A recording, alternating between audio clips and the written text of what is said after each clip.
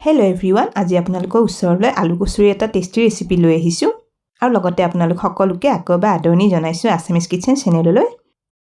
আলু কচুৰিৰ এই ৰেচিপিটো আপোনালোকে খুব সহজতে বনাব পাৰিব আৰু এই কচুৰিটো খাবলৈ খুবেই সোৱাদ লগা হয়।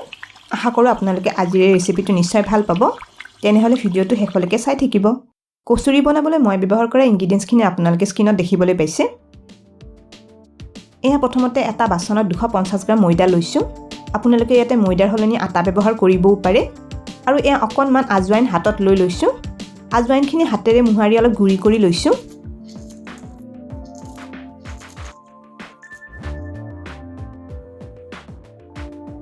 এইখিনি ময়দাখিনিত দি ল'লোঁ আৰু এয়া নিমখ আধা চামুচ দিছোঁ। শুকান বস্তুখিনি আগতে এবাৰ মিলাই লওঁ। এতিয়া ৰিফাইন তেল 50 গ্ৰাম ময়দাখিনি দি ল'লোঁ।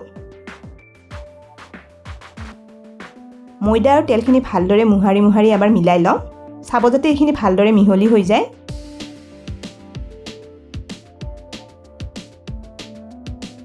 ময়দাখিনি হাতেৰে এইদৰে মুঠি মাৰি দেখুৱাই দিছোঁ। এয়া চাওক ময়দাখিনি লাৰু লাৰু বান্ধিছে। কচুৰি বনাবলৈ ময়দাখিনি এনেকুৱা লাৰু লাৰু হ'ব লাগে। এতিয়া অলপ অলপ পানী দি ময়দাখিনি মঠি লওঁ। ময়দাখিনি মঠোতে কিন্তু খুব কোমলকৈ মঠি ল'ব লাগিব। ময়দাখিনি মঠোতে টান হ'লে কচুৰিখিনি মচমচীয়া নহ'ব। এইখিনি মঠি ল'লোঁ। ময়দাখিনি চাওক খুব কোমল কোমল হৈছে। এতিয়া ময়দাৰ ডোটো প্লেট এখনেৰে ঢাকি 30 মিনিটমান সময়ৰ বাবে ৰাখি দিম। এইফালে এয়া দুটা সিজাই লোৱা আলু লৈছোঁ। আলুখিনি প্ৰথমে চামুচেৰে এইদৰে ভাঙি সৰু কৰি লওঁ। এতিয়া আলুখিনি হাতেৰে পিটিকি মিহি কৰি লওঁ। এই আলুখিনিত পানী যাতে লাগি নাথাকে সেইটো এবাৰ চাই ল'ব লাগে। এয়া আলুখিনি একেবাৰে মিহিকৈ পিটিকি ল'লোঁ। এতিয়া আলু মছলাখিনি বনাই লওঁ। পেন এখনত আধা চামুচ গোটা জিৰা দি লৈছোঁ আৰু লগতে আধা চামুচ চব গুটি দি লৈছোঁ। এই মছলাখিনি শুকানে 2 মিনিটমান মচমচীয়া হোৱালৈ ভাজি লওঁ। ইয়াতে আপোনালোকে অলপ ধনিয়া গুটি দিবও পাৰে আৰু জ্বলা খাবলৈ ভাল পালে এটা বা দুটা শুকান জলকীয়া দি ল'বও পাৰে। এইখিনিতে এটা ৰিকুৱেষ্ট কৰিলোঁ, ভিডিঅ'টো চাই ভাল পালে লাইক আৰু শ্বেয়াৰ কৰি দিব। আপোনালোকৰ যিসকলে আমাৰ চেনেলটো এতিয়ালৈকে ছাবস্ক্ৰাইব কৰা নাই তেওঁলোকক আমাৰ চেনেলটো ছাবস্ক্ৰাইব কৰিবলৈ ৰিকুৱেষ্ট কৰিলোঁ আৰু লগতে থকা বেল আইকনটো প্ৰেছ কৰি দিব। মছলাখিনি ভজাগৈ মচমচীয়া হৈ আহিছে। গেছটো অফ কৰি দিছোঁ। এতিয়া এইখিনি গুড়ি কৰি লওঁ। মছলাখিনি মই খুন্দনাটোতে গুড়ি কৰি ল'লোঁ। এইখিনি বেছি মিহিকৈ গুড়ি কৰি নল'লেও হ'ব। এতিয়া পেন এখনত 3 চামুচমান ৰিফাইন তেল গৰম কৰি লৈছোঁ। অকণমান হিং তেলখিনি দি ল'লোঁ। এয়া এচামুচ মিহিকৈ ৰুকি লোৱা আদা দিছোঁ। এইখিনি গুড়ি কৰি লোৱা শুকান মছলাখিনি দি ল'লোঁ। ধনিয়া গুড়ি এচামুচ দিছোঁ। এয়া কচুৰি মেথি এচামুচ দিছোঁ। ইয়াতে আপোনালোকৰ কচুৰি মেথি নাথাকিলে অলপ কেঁচা ধনিয়া পাত দিলেও হ'ব। আৰু এয়া হালধি একেবাৰে অলপমান দি ল'লোঁ। মছলাখিনি অলপ সময় ভাজি লওঁ।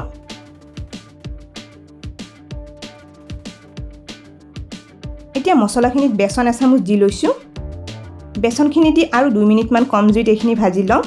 বেচন যদি আপোনালোকে দিব নিবিচাৰে নিদিয়াকৈও বনাব পাৰে।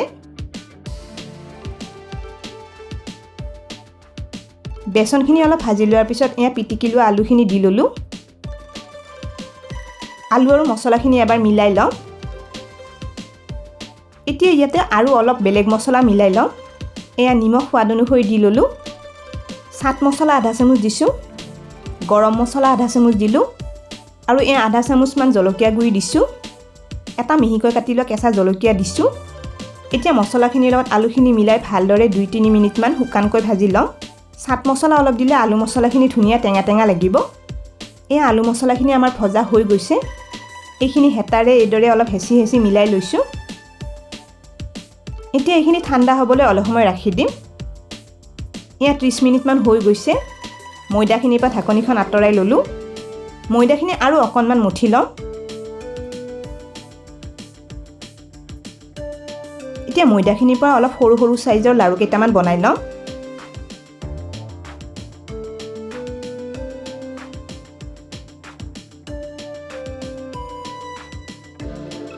লাৰুটো বনাওঁতে ময়দাখিনি এইদৰে পকাই লৈছোঁ।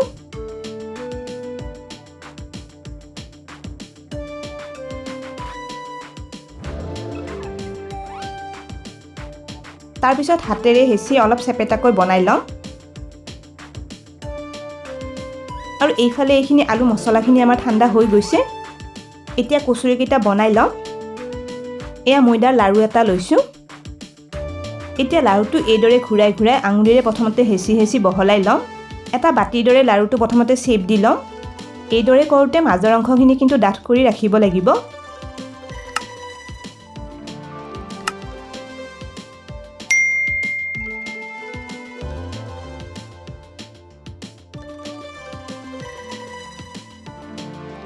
এতিয়া বাতিটোৰ মাজত আলু মছলা অলপ দি লৈছোঁ।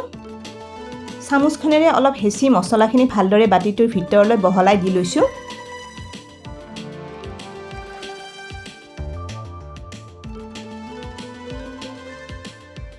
এতিয়া চাৰিওফালৰ পৰা পকাই পকাই বাতিটোৰ মুখখন বন্ধ কৰি আকৌ এটা লাড়ু বনাই লওঁ।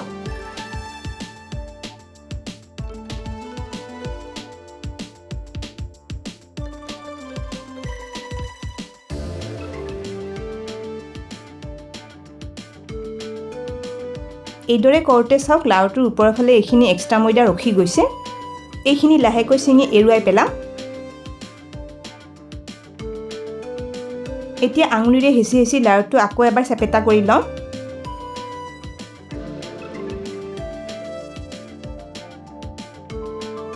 চাৰিওফালে এইদৰে ঘূৰাই ঘূৰাই লাড়ুটো অলপ পাতল কৰি ডাঠ পুৰি এখনৰ দৰে শ্বেপ দি লওঁ।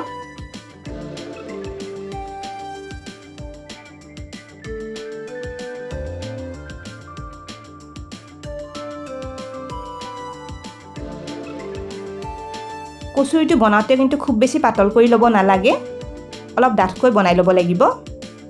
এয়া কেইটামান কচুৰি মই শ্বেপ দি প্লেট এখনত লৈ লৈছোঁ। এইখিনি এতিয়া ভাজি লওঁ। এয়া কেৰাহীত ৰিফাইন তেল গৰম হ'বলৈ দিছোঁ। কচুৰিখিনি তেলত দিয়াৰ আগতে তেলখিনি কিন্তু একেবাৰে কমকৈ গৰম কৰি ল'ব লাগে। এটা কচুৰি লৈছোঁ। কচুৰিটো যিটো ফাল মুখখন বন্ধ কৰি লৈছিলোঁ সেই ফালটো ওলোটা কৰি তেলত দি লওঁ। গোটেইকেইটা কচুৰি একেধৰণেৰে তেলত দি লওঁ। এইদৰে দি ল'লে কচুৰিটো তেলত দিয়াৰ পিছত মুখখন খোল খাই নোযোৱাকৈ থাকিব। এইখিনি সময়ত গেছৰ ফ্লেমটো একেবাৰে কমাই থোৱা আছে। এতিয়া কচুৰিকেইটা যেতিয়ালৈ নিজে নিজে ফুলি ওপৰলৈ উঠি নাহে হেতাৰে লৰাব নালাগে। প্ৰায় 2-3 মিনিটমান পিছত কচুৰিখিনি চাওক ফুলি ফুলি তেলৰ ওপৰলৈ উপঙি উঠিছে। এতিয়া কচুৰিকেইটা লাহে লাহে আনটো ফালে ওলটাই দি লওঁ।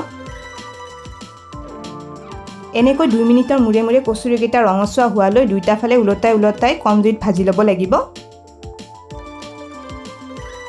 এয়া কচুৰিখিনি 12 মিনিটমান সময় ভাজি ল'লোঁ। চাওক কচুৰিকেইটা ধুনীয়া মচমচীয়া আৰু ৰঙচুৱা হৈ আহিছে। ওচৰৰ পৰা দেখুৱাই দিছোঁ। এতিয়া এইখিনি তেলৰ পৰা উঠাই লওঁ। এয়া গোটেইখিনি কচুৰি মই ভাজি ল'লোঁ। ইয়াতে মোৰ প্ৰায় 9টামান কচুৰি হৈছে। কচুৰিখিনি ভালদৰে ঠাণ্ডা হৈ গৈছে। এটা কচুৰি ভাঙি দেখুৱাইছোঁ। এইদৰে বনোৱা আলু কচুৰি বহুত দেৰিলৈ মচমচীয়া আৰু ফুলা ফুলা হৈ থাকে। তেনেহ'লে আজিৰ কচুৰি ৰেচিপিটো আপোনালোকে কেনে পালে কমেণ্ট কৰি নিশ্চয় জনাব। ভিডিঅ'টো শেষলৈকে চোৱাৰ বাবে অশেষ ধন্যবাদ জনালোঁ। আৰু ভিডিঅ'টো ভাল পালে লাইক আৰু শ্বেয়াৰ কৰি দিব। স্ক্ৰীনত দেখা পোৱা ৰেচিপিকেইটা চাবলৈ মই ৰিকমেণ্ড কৰিলোঁ। ভিডিঅ'কেইটা চাবলৈ ৰেচিপিটোৰ ফটোখনৰ ওপৰত ক্লিক কৰিলেই হ'ল। তেনেহ'লে আজিলৈ আহিছোঁ, আকৌ লগ পাম আৰু এটা নতুন ৰেচিপি ভিডিঅ'ৰ সৈতে।